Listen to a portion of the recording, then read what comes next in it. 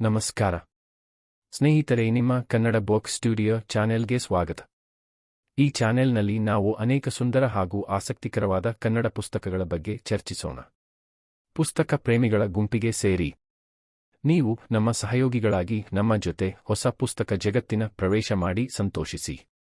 ಸಾಹಿತ್ಯ ಪ್ರೇಮಿಗಳ ಸಂಘಟನೆಯ ಭಾಗವಾಗಿ ನಿಮ್ಮ ಆತ್ಮೀಯ ಮನೆಯಾಗಿ ರೂಪಿಸಿ.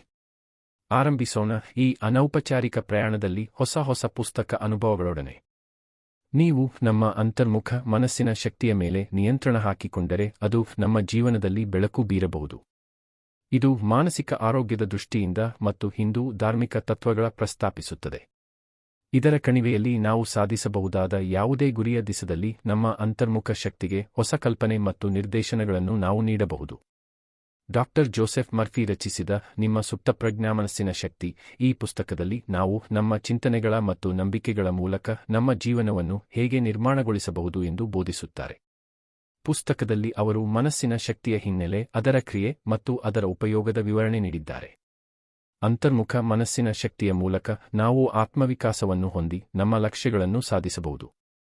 ನಮ್ಮ ಅಂತರ್ಮುಖ ಮನಸ್ಸಿನಲ್ಲಿ ನಾವು ಹೊಸ ನಂಬಿಕೆಗಳನ್ನು ನಿರ್ಮಿಸಿ ಸ್ವಾಭಾವಿಕವಾಗಿ ಸಫಲತೆಯ ದಾರಿಗೆ ಹೋಗಬಹುದು. ಮನಸ್ಸಿನ ಶಕ್ತಿ ಮತ್ತು ನಂಬಿಕೆಗಳ ಮೂಲಕ ನಾವು ನಮ್ಮ ದೈಹಿಕ, ಮಾನಸಿಕ ಮತ್ತು ಆಧ್ಯಾತ್ಮಿಕ ಬೆಳವಣಿಗೆಯ ಕ್ಷೇತ್ರಗಳಲ್ಲಿ ಸಾಧನೆ ಮಾಡಬಹುದು. ಡಾಕ್ಟರ್ ಜೋಸೆಫ್ ಮರ್ಫಿ ಅನೇಕ ಉದಾಹರಣೆಗಳ ಮೂಲಕ ಈ ಸಿದ್ಧಾಂತವನ್ನು ವಿವರಿಸುತ್ತಾರೆ ಮತ್ತು ಹೇಗೆ ನಾವು ನಮ್ಮ ಸುಪ್ತ ಮನಸ್ಸನ್ನು ನಮ್ಮ ಹಿಂದಿನ ನಂಬಿಕೆಗಳ ಪ್ರಕಾರ ಹೋಗಲಿ ಎಂಬ ಮಾರ್ಗದರ್ಶನವನ್ನು ನೀಡುತ್ತಾರೆ.